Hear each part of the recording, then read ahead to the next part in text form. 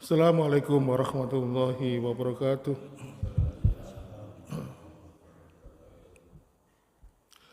Alhamdulillah. Alhamdulillahilladzi hamdan katsiran thayyiban mubarakan fi kama yuhibbu rabbuna wa yarda. Asyhadu an la ilaha illallah wahdahu la syarika lah wa asyhadu anna Muhammadan abduhu wa rasuluhu alladzi la nabiyya ba'da. Allahumma shalli wa sallim wa barik ala Muhammadin wa ala alihi wa ashabihi wa man tabi'ahum bi ihsanin ila yaumiddin. Fa ya ibadallah usikum wa nafsi bi taqwallah faqad fazal muttaqun. Qala ta'ala fi kitabil karim a'udzu billahi as-sami'il alim minas syaitonir rajim. Ya ayyuhalladzina amanu taqullaha haqqa tuqatih wa la tamutunna illa wa antum muslimun. Ma'asyiral muslimin wal muslimat, senantiasa kita bersyukur kepada Allah Subhanahu wa taala yang telah memberikan berbagai macam kenikmatan kepada kita sekalian, sehingga pada kesempatan di malam hari ini kita bisa hadir dalam kesempatan yang mulia ini. Dan tentunya ketika kita bisa melaksanakan ibadah, melaksanakan ketaatan, bukan karena kita kuat, bukan karena kita sehat, tetapi sesungguhnya itu adalah bentuk pertolongan Allah kepada kita. Sehingga ketika kita melakukan ibadah, melakukan ketaatan kepada Allah Subhanahu wa taala, dan semuanya itu adalah berkat dari pertolongan Allah, maka tentu jangan sampai kita merasa tinggi hati atau sombong ketika melihat saudara yang lain tidak mendapatkan apa yang seperti kita dapatkan. Kadang-kadang kita merasa kita ini lebih alim, lebih soleh dan sebagainya, tetapi perlu diketahui bahwa sesungguhnya itu semuanya pertolongan dari Allah Subhanahu wa taala. Oleh karena itu, ma'asyiral muslimin, sebagai bentuk rasa syukur kita terhadap kenikmatan yang diberikan oleh Allah, maka kita mengikuti teladan dari para nabi dan para sahabat. Maka tidak ada harga yang pantas untuk membayar semua kenikmatan itu kecuali dengan senantiasa meningkatkan iman dan takwa kita kepada Allah dengan menjalankan segala perintah dari Allah dan Rasul-Nya dan menjauhi segala apa yang telah dilarang oleh Allah dan Rasul-Nya. Ma'asyiral muslimin wa supportal mu'minin rahimakumullah. Kita sekarang berada di bulan yang mulia, yaitu di bulan Dzulqa'dah. Di bulan Dzulqa'dah ini termasuk salah satu bulan haram. Sebagaimana ketika Allah Subhanahu wa taala berfirman di surat At-Taubah ayat 36, A'udzu billahi minasyaitonir rajim, inna iddadahis syuhuri indallahi 12 syahran fi kitabillah yauma khalaqas samawati wal arda minha arba'atun hurum. Dzalikat dinul qayyim fala tadzlimu fihinna anfusihim. Sesungguhnya Allah ketika akan menciptakan langit dan bumi ini, jadi ketika Allah akan menciptakan langit dan bumi ini, sudah ditetapkan jumlah bilangan bulan dalam satu tahun itu 12 bulan. Kemudian minha arba'atun hurum, dari ke-12 bulan itu ada 4 yang diharamkan oleh Allah. Jadi ada 4 bulan haram. Jadi haram ini punya beberapa pengertian. Seperti perbuatan membunuh, minum minuman keras, perbuatan dosa, itu memang hukumnya haram. Tetapi menurut surat At-Taubah ayat 36 ini, haram adalah yang dimuliakan. Seperti kalau kita umrah atau haji, datang ke Masjidil Haram, ke masjid yang dimuliakan. Ada juga Sahrum Haram, bulan yang dimuliakan. Nah, minha arba'atun hurum, ada 4 bulan di dalamnya yang diharamkan, yang dimuliakan oleh Allah. Di sini tidak disebutkan nama bulannya, tetapi dalam hadis disebutkan 4 bulan itu adalah Dzulqa'dah, Dzulhijjah, Muharram, dan bulan Rajab. Salah seorang sahabat Nabi yang didoakan Nabi itu menjadi ahli tafsir Al-Quran, yaitu Abdullah bin Abbas. Beliau memberikan penafsiran, barang siapa yang berada di dalam bulan haram, apabila dia beribadah, berbuat amal kebaikan, maka amal ibadahnya itu dilipat gandakan oleh Allah, pahalanya berlipat-lipat.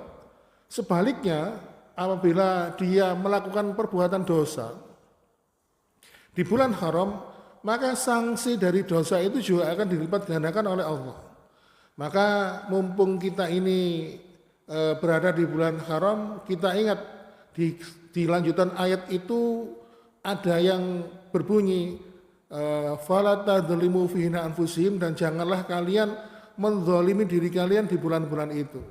Artinya kita jangan sampai lalai, jangan sampai berbuat kesalahan di dalam bulan-bulan haram.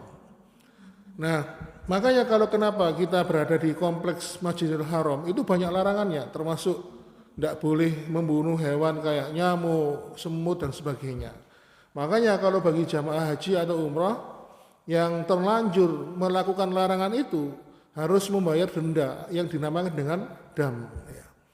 Nah, itulah kenapa konsekuensinya kalau kita berada di tanah haram, di komplek Masjidil Haram atau berada di bulan yang haram, banyak sekali konsekuensi yang harus kita ketahui. Demikian ma'asyiral muslimin wa subhanatal mu'minin rahimakumullah, sebagai mukadimah pada pertemuan kita malam hari ini. Sesuai dengan judul tema yang sudah disebarkan oleh panitia, kita akan mengambil faedah atau pelajaran dari kisah Nabi Ibrahim. Karena sesungguhnya Allah memerintahkan kita ini mengambil suri tauladan, tidak hanya dari Nabi Muhammad SAW, tetapi kita juga harus mengambil suri tauladan itu dari Nabi Ibrahim. Sebagaimana ketika Allah berfirman di surat Al-Muntahamah, qad kanat lakum uswatun hasanah fi Ibrahim hanifa. Sesungguhnya pada diri Ibrahim itu terdapat suri tauladan untukmu. Ya.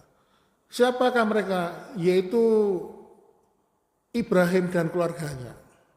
Nah, Nabi Muhammad pun juga mengikuti suri tauladan yang dicontohkan oleh Nabi Ibrahim alaihissalam. Nah, sekarang kita ini akan segera memasuki masa-masa peringatan Idul Adha, kemudian dan rangkaian-rangkaian ibadah yang di dalamnya, sehingga sekarang banyak sekali marak pembahasan tentang bagaimana kita ini mengikuti perjalanan hidup dari Nabi Ibrahim alaihissalam. Sering kita dengar dulu ketika mungkin zaman kita masih sekolah, ketika guru agama itu menceritakan bagaimana Nabi Ibrahim itu melawan berhala, ya. Berhala-berhala dihancurkan, lalu kemudian kapak dari berhala itu akhirnya digantung kepada berhala yang besar, sehingga akhirnya seakan-akan berhala yang besar itu menghancurkan kapak yang kecil. Dan ternyata itu adalah untuk menyadarkan ayahnya Nabi Ibrahim yang bernama Azar, di mana beliau ini bertugas sebagai penjaga berhala di kerajaan Raja Namrud. Dan percakapan Nabi Ibrahim itu ketika mengingatkan ayahnya, ya, diabadikan oleh Allah di surat Maryam ayat 42. A'udzu billahi minasyaitonir rajim. Idz qala li abi ya abati lima ta'budu ma la yasma'u wa la yubsiru wa la yughni anka syai'a. Dan ingatlah ketika Nabi Ibrahim berkata kepada ayahnya, wahai ayahku, mengapa engkau menyembah sesuatu yang tidak mendengar, tidak melihat, dan tidak dapat menolongmu sedikit pun. Di sini Nabi Ibrahim ingin menegakkan tauhid. Nabi Ibrahim ingin menegakkan esensi Allah Subhanahu wa taala sebagai satu-satunya Rabb yang harus disembah oleh hambanya. Dan tentunya ketika Nabi Ibrahim ini menegakkan kalimat tauhid, banyak sekali pertentangan-pertentangan, sehingga akhirnya dalam ayat ini kita dapat mengambil pelajaran. Mungkin kita juga sebagai seorang yang mengikuti langkah Nabi Ibrahim menegakkan tauhid, kita pun juga sering mendapatkan konsekuensi dari apa? Tindakan kita. Maka dari surat Maryam ayat 42 ini tentang percakapan Nabi Ibrahim dan ayahnya tadi, kita mengambil beberapa faedah atau pelajaran.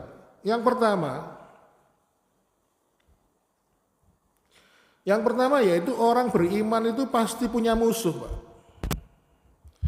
Makanya begitu juga dengan para nabi dan rasul, mereka juga punya musuh. Kenapa kok kita harus memahami poin ini? Ya supaya kita jangan kaget aja. Kadang-kadang kita ini sebagai takmir ya, kadang-kadang takmir mushola atau masjid. Musuh itu ada aja, mungkin di sekitar kita, ya. Mungkin di samping kanan kiri, atau mungkin juga dari orang yang jauh. Karena namanya orang berbuat kebaikan, itu pasti sudah diciptakan musuh. Dan musuh ini memang sudah sengaja diciptakan oleh Allah Subhanahu wa taala.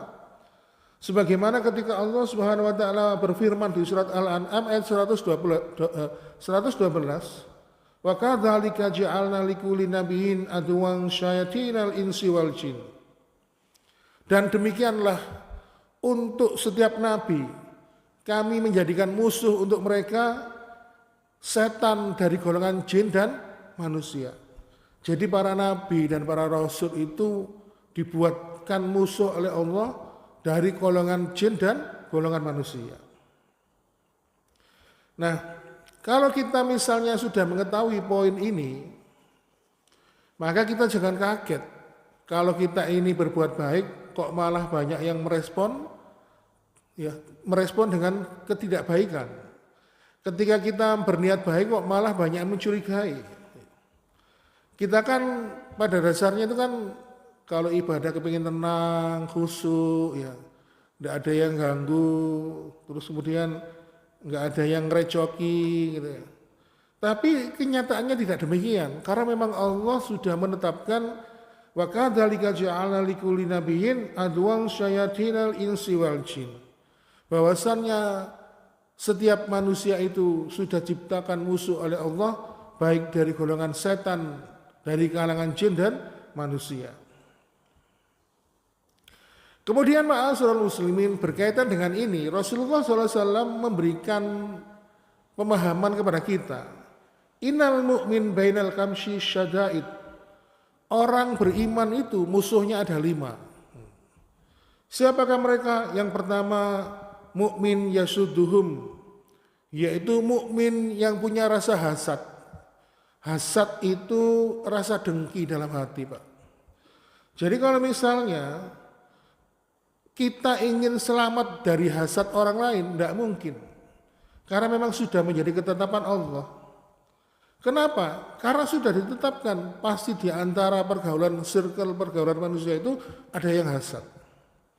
Makanya di sini disebutkan oleh Rasulullah yang pertama adalah mukmin yang hasad, yang jiwanya penuh dengan rasa benci, ya, dan bencinya itu kepada orang-orang beriman. Apakah sudah selesai sampai di sini? Belum. Yang kedua adalah, ya, kata Rasulullah, musuh orang mukmin yang kedua adalah munafik yubghiduhum, yaitu orang-orang munafik yang membencimu setiap saat, setiap waktu. Nah, kadang-kadang orang munafik itu levelnya kalau di neraka itu lebih tinggi dibanding orang kafir, Pak. Karena mereka itu ditempatkan di neraka yang paling bawah. Setelah orang munafik berada di level paling bawah, atasnya itu orang kafir. Kenapa? Karena mereka ini menyembunyikan keimanannya dalam hatinya, tetapi menampakkan keimanan di hadapan orang lain. Kemudian yang ketiga, musuhnya orang beriman kata Rasulullah itu adalah kufar yufatilunahum, yaitu orang kafir yang terus memerangi. Contoh seperti di Palestina, ya, selalu diperangi terus. Padahal kita yang sudah berusaha membantu mereka, begitu bantuan sampai sana ditolak, kadang-kadang dihancurkan dan sebagainya. Kenapa? Karena mereka ingin memadamkan cahayanya Allah di muka bumi ini, Pak.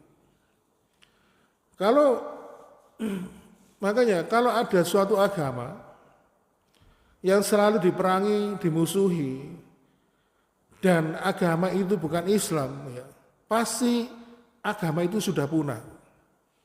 Kalau kita melihat sejarah, ya, dari Nabi, dari zaman Nabi ke Nabi sampai terakhir Nabi Muhammad, agama Islam itu selalu diperangi, selalu dimusuhi. Tetapi karena Islam itu mengandung kebenaran, maka agama Islam itu tidak punah. Kenapa? Karena dijaga oleh Allah Subhanahu wa taala. Kemudian yang keempat, musuh dari orang yang beriman adalah al-awa tunazi'uhum, yaitu hawa nafsu yang senantiasa merongrong, Pak. Makanya kadang-kadang kalau kita ini secara pribadi ingin taat, ingin benar, kadang-kadang hawa nafsu kita itu selalu membelokkan niat kita. Pengennya kita itu menghindari dosa, pas ternyata sendirian, tidak ada yang nemani, kita diam-diam melakukan perbuatan dosa. Seakan-akan indikator kita taat itu kalau ada temannya. Padahal ketaatan itu walaupun kita itu sendirian, tidak ada manusia yang melihat kita, tetapi kita harus yakin di situ ada zat yang senantiasa memantau kita dan merasa diri kita itu terpantau dengan kehadiran Allah. Nah, hawa nafsu yang bertengger di hati itu tentu bertujuan untuk meninggalkan ketaatan kepada Allah Subhanahu wa taala. Dan kemudian yang kelima kata Rasulullah, as-sayatin tudhulihum, yaitu setan yang menyesatkan. Inilah musuh orang yang beriman. Makanya dalam sebuah kisah itu Imam Ahmad, seorang ulama murid dari Imam Syafi'i, ketika beliau itu sakit, mengigau, ngelindur, waktu itu kebetulan ditunggui anaknya. Kebetulan ditunggui sama anaknya.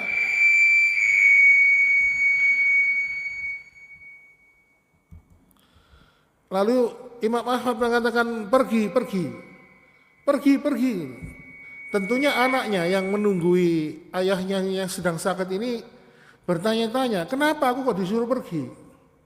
Lalu ketika Imam Ahmad ini sudah bangun, sudah tersadar dari mengigaunya, lalu sang anak bertanya, wahai ayah, kenapa engkau ketika tidur mengigau sampai mengatakan pergi? Apakah engkau tidak ingin mengharapkan kehadiranku? Dan ternyata Imam Ahmad mengatakan, aku mengusir setan yang berada di sebelah kanan dan kiriku. Karena setan itu berusaha membelokkan hatiku. Setan itu mengatakan, wahai Ahmad, engkau adalah ulama besar. Engkau adalah seorang yang alim. Engkau adalah orang yang hafal Al-Quran, hafal hadis. Engkau pasti mempunyai derajat yang mulia di hadapan manusia. Nah, setan ini menggoda aku, kata Imam Ahmad. Sehingga akhirnya aku berusaha untuk mengusir mereka, untuk pergi dari hadapanku. Inilah ma'asyiral muslimin, setan itu selalu berusaha mencari celah agar senantiasa menggoda manusia. Oleh karena itu ma'asyiral muslimin, musuh dari Nabi Ibrahim yang pertama ini adalah bapaknya sendiri yang bernama Azar. Oleh karena itu salah satu faedah, salah satu manfaat yang dapat kita ambil pelajaran dari kisah Nabi Ibrahim adalah bahwasannya Nabi Ibrahim itu telah lulus ujian yang telah diberikan oleh Allah Subhanahu wa taala, di mana ujian itu secara nalar tidak mungkin dapat dilakukan oleh manusia untuk mengikulnya. Jangankan Nabi Ibrahim, kita pikul saja ujian itu kita mungkin belum tentu dapat menanggungnya, Pak. Hal ini tujuannya adalah untuk mengetahui sebesar mana cinta Nabi Ibrahim kepada dirinya atau cintanya lebih besar kepada Allah Subhanahu wa taala.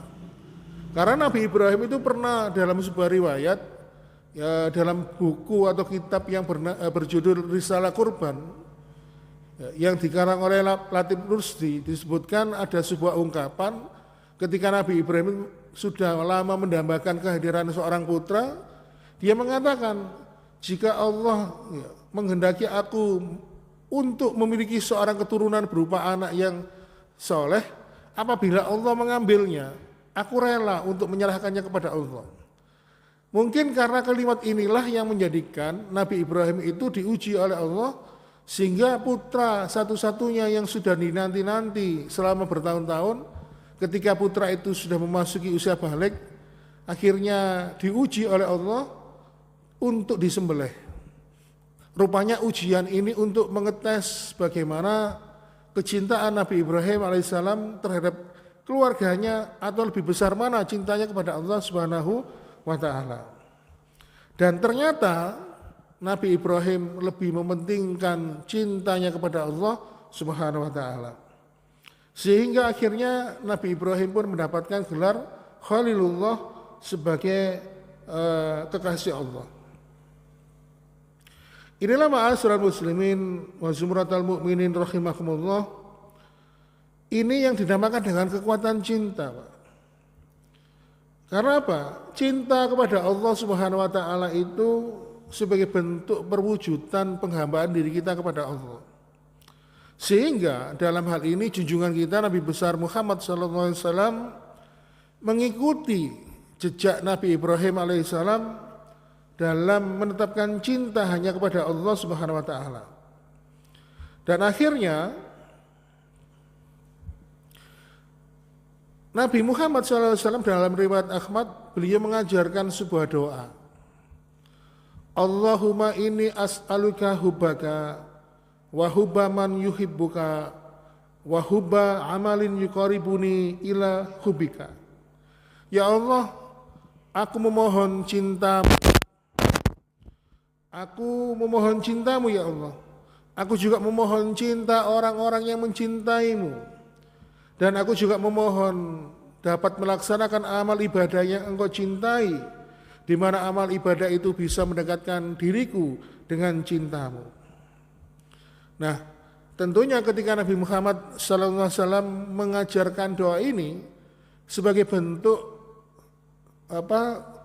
mengikuti keteladanan daripada Nabi Ibrahim alaihissalam. Di samping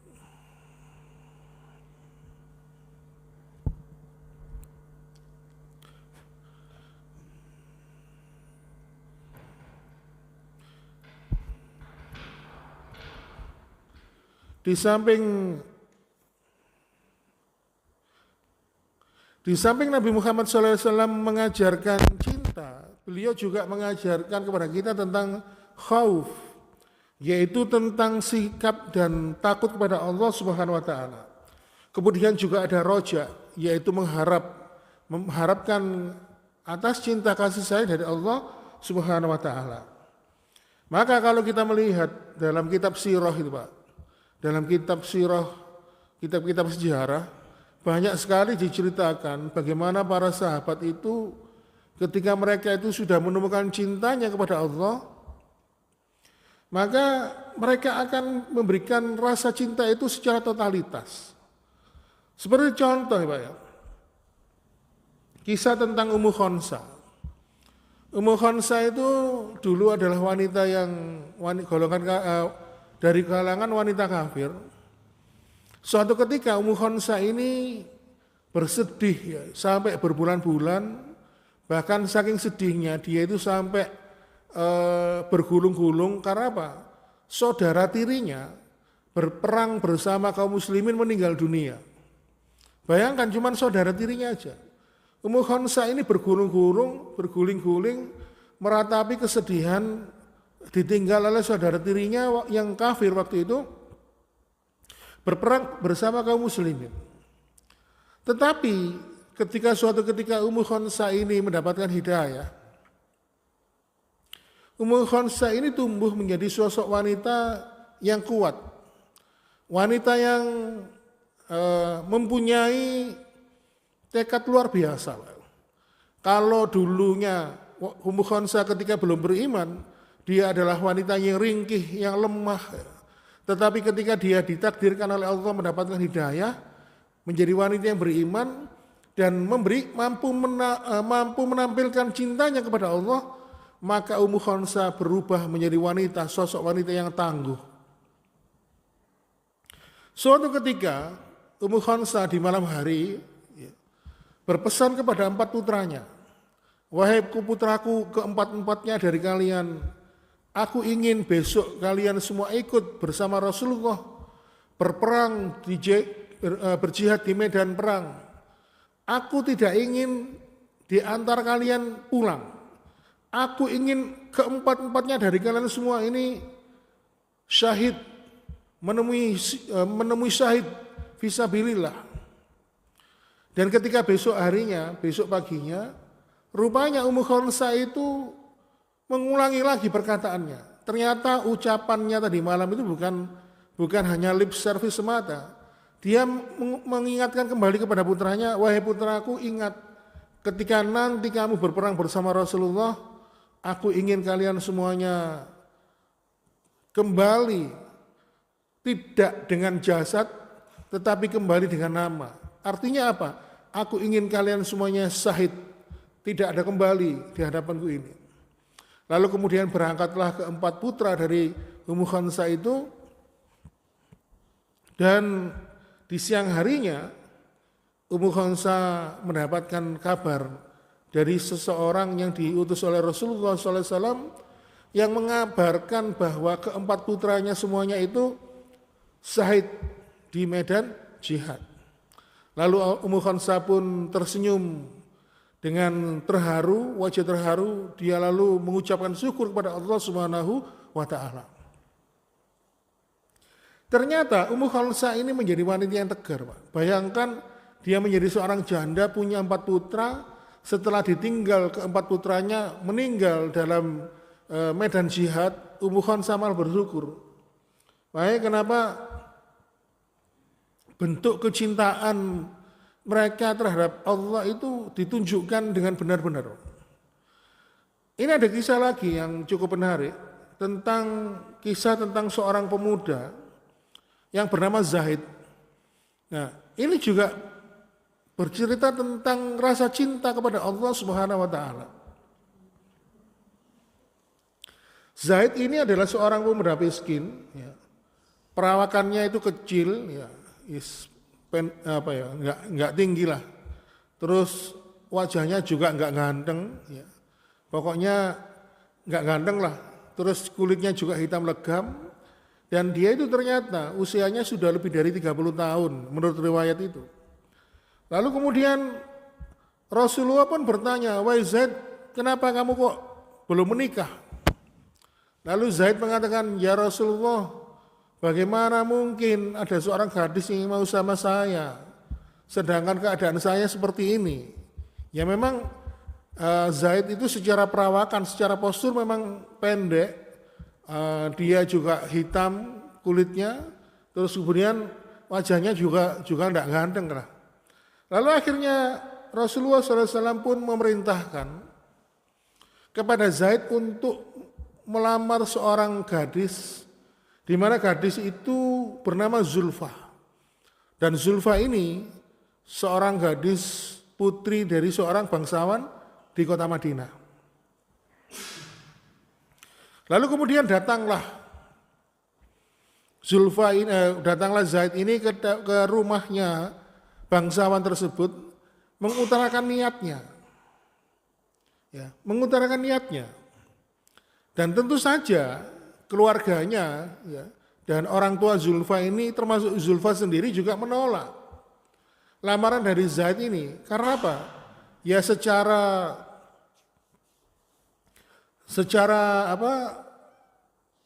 materi memang dia kekurangan, bukan karena dia itu miskin, Pak. Hidupnya sendirian, tidak ada keluarga. Juga dia itu juga secara postur juga seperti itu, ya. Akhirnya Zulfa pun menolak karena dianggap miskin dan buruk rupa. Akhirnya apa? Zaid pun mengatakan, baiklah kalau begitu saya akan melaporkan kepada Rasulullah. Mendengar Rasulullah ini, kata-kata Rasulullah, Zulfa langsung tanggap. Maksudnya gimana? Kok kamu menyebut ya Rasulullah? Karena sesungguhnya aku datang ke sini melamar karena aku diperintah oleh Rasulullah. Ya tentu saja kalau Zaid datang sendiri secara logika dengan keadaan demikian, tentu dia tidak punya rasa kepercayaan diri yang tinggi. Tetapi karena dia merasa diperintah oleh Rasulullah, sehingga akhirnya dia berani datang ke rumah bangsawan untuk melamar anak gadisnya yang cantik rupayan yang bernama Zulfa. Lalu kemudian akhirnya Zulfa pun teringat firman Allah di surat An-Nur ayat 51. Karena Zulfa ini di samping cantik, ya, di samping dia anak bangsawan, dia juga termasuk kaum beriman. Mengerti tentang isi kitabullah. Sehingga dia ketika mendengar kata Rasulullah tadi, bahwasannya itu perintah Rasulullah, akhirnya Zulfa teringat dengan surat An-Nur ayat 51. Yang artinya, saya bacakan artinya. Inna makana, hanya ucapan orang-orang mukmin yang apabila mereka diajak kepada Allah dan Rasulnya, agar Rasul memutuskan perkara di antara mereka, mereka berkata, sami'na wa ato'na. Kami mendengar dan kami taat.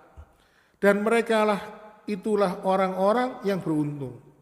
Jadi dalam ayat ini, intinya orang-orang beriman itu, kalau sudah ditetapkan oleh Rasulullah, mereka sami'na wa ato'na.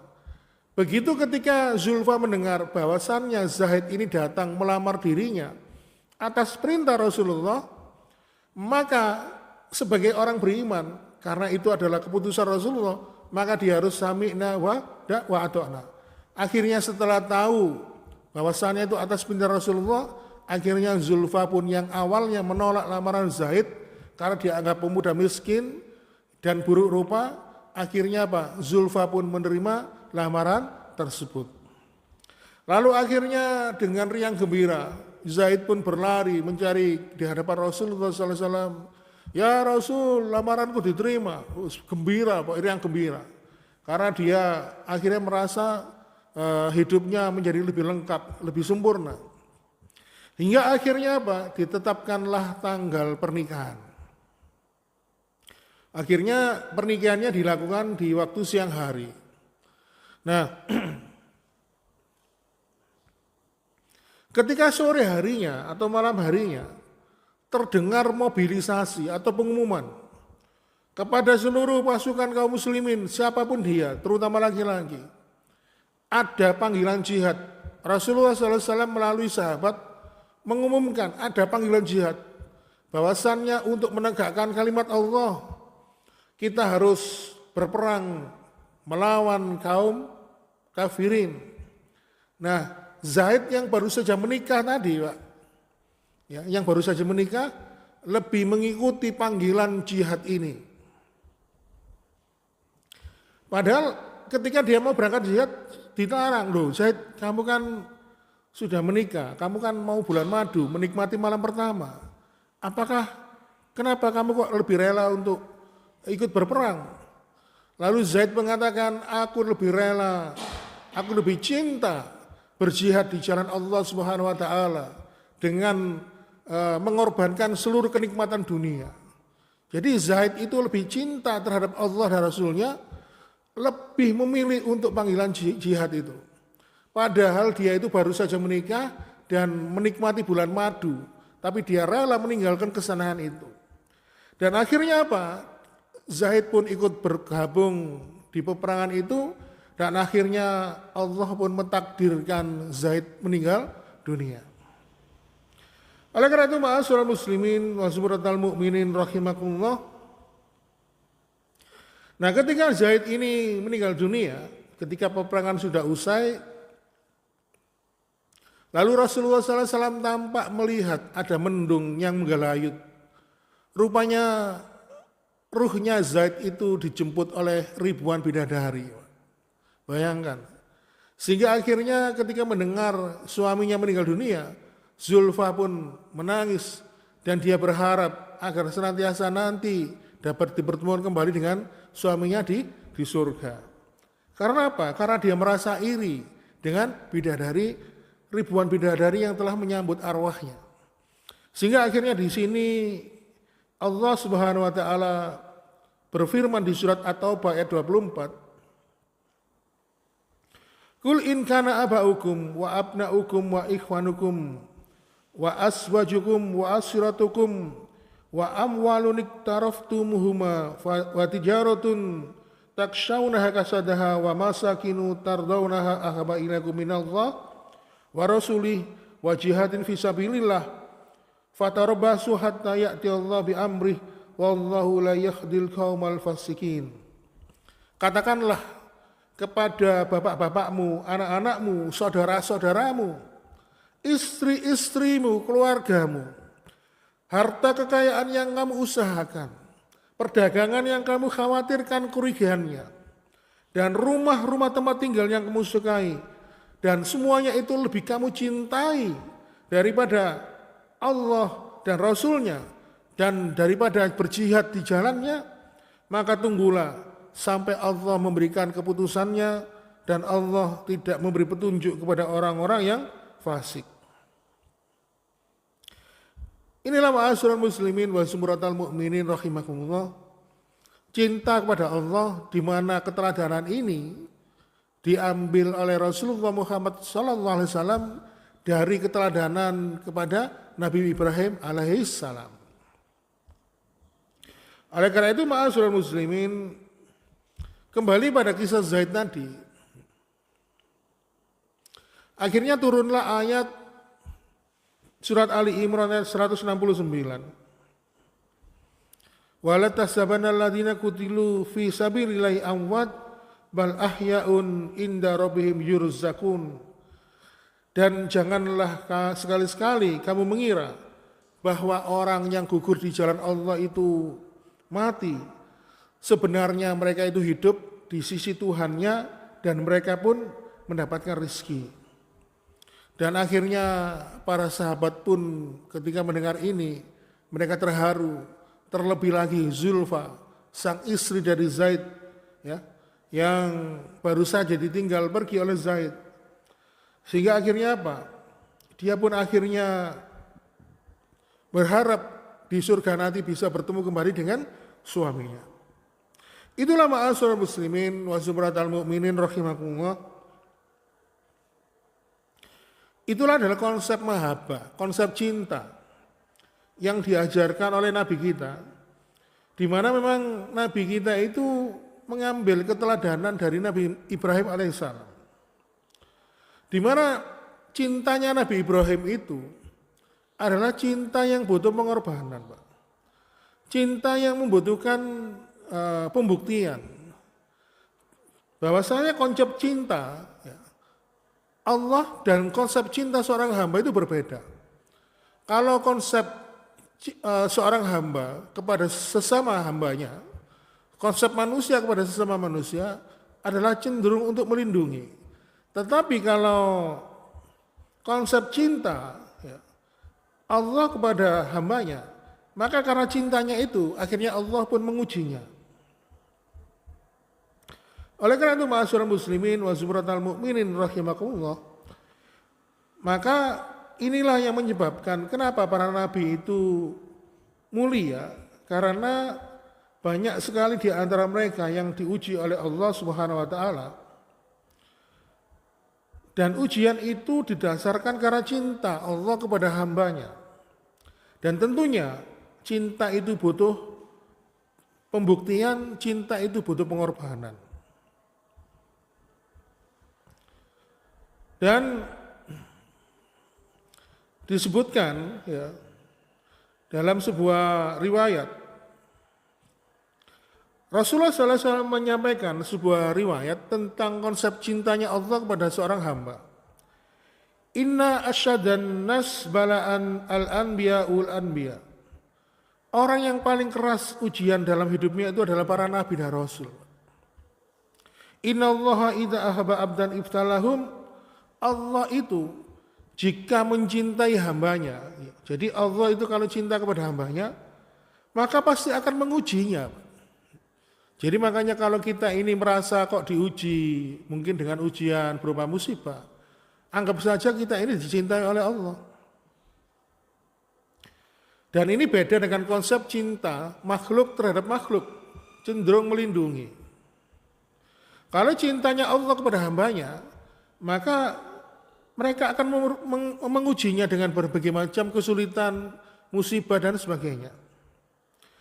Maka kalau seseorang itu ketika diuji, dia tidak ridho, malah Allah memberikan kemurkaan kepada yang bersangkutan.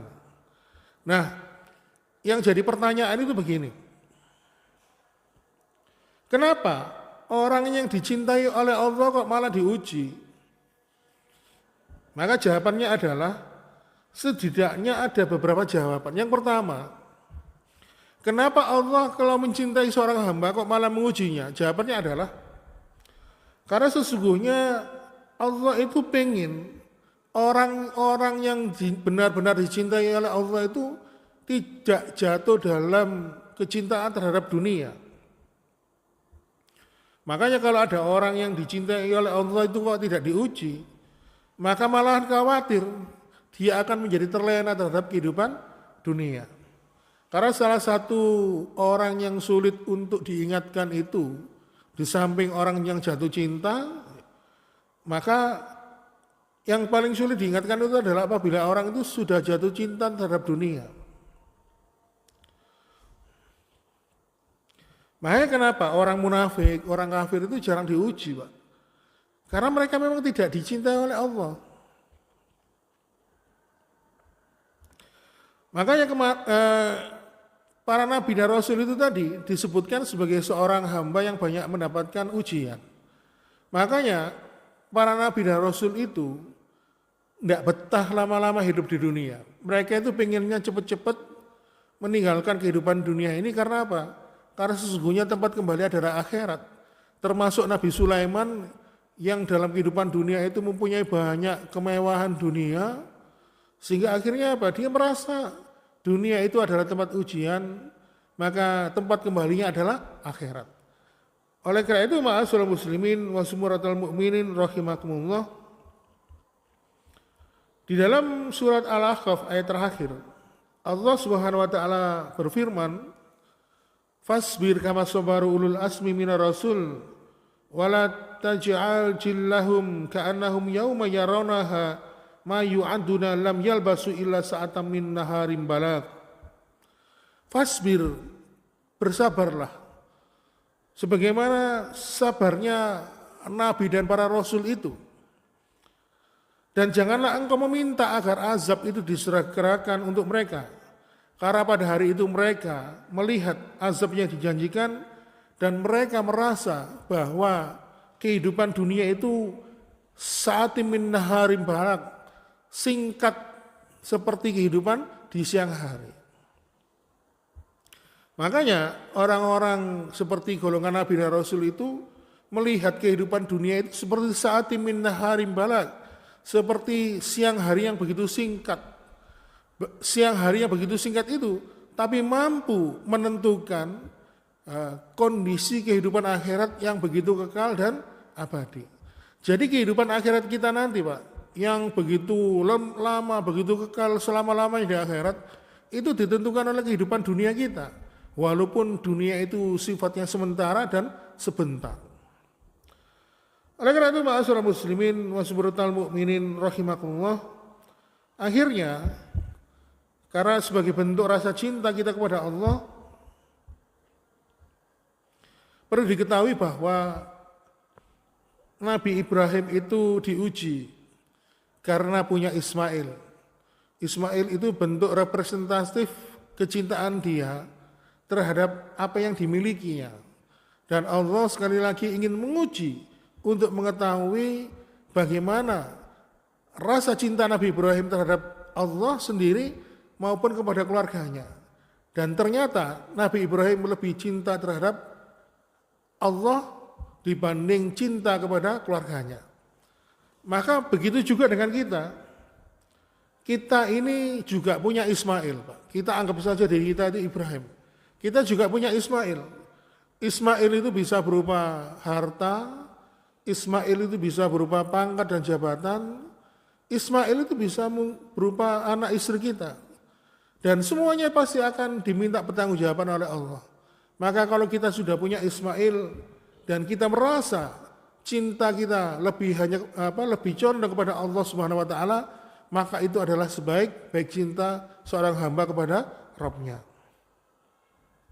Baiklah jamaah sekalian, karena sudah mendekati waktu Isya, kita akan akhiri kegiatan kita pada malam hari ini. Kita cukupkan pertemuan pada malam hari ini. Mudah-mudahan dengan tema mengambil faedah atau pelajaran dari kisah Nabi Ibrahim ini, kita dapat mengambil pelajaran yang dapat kita terapkan dalam kehidupan kita. Demikian yang dapat kami sampaikan. Mohon maaf bila ada kekurangan. Kita akhiri. Subhanakallahumma wa bihamdika asyhadu an la ilaha illa anta astaghfiruka wa atubu ilaik. Wassalamualaikum warahmatullahi wabarakatuh.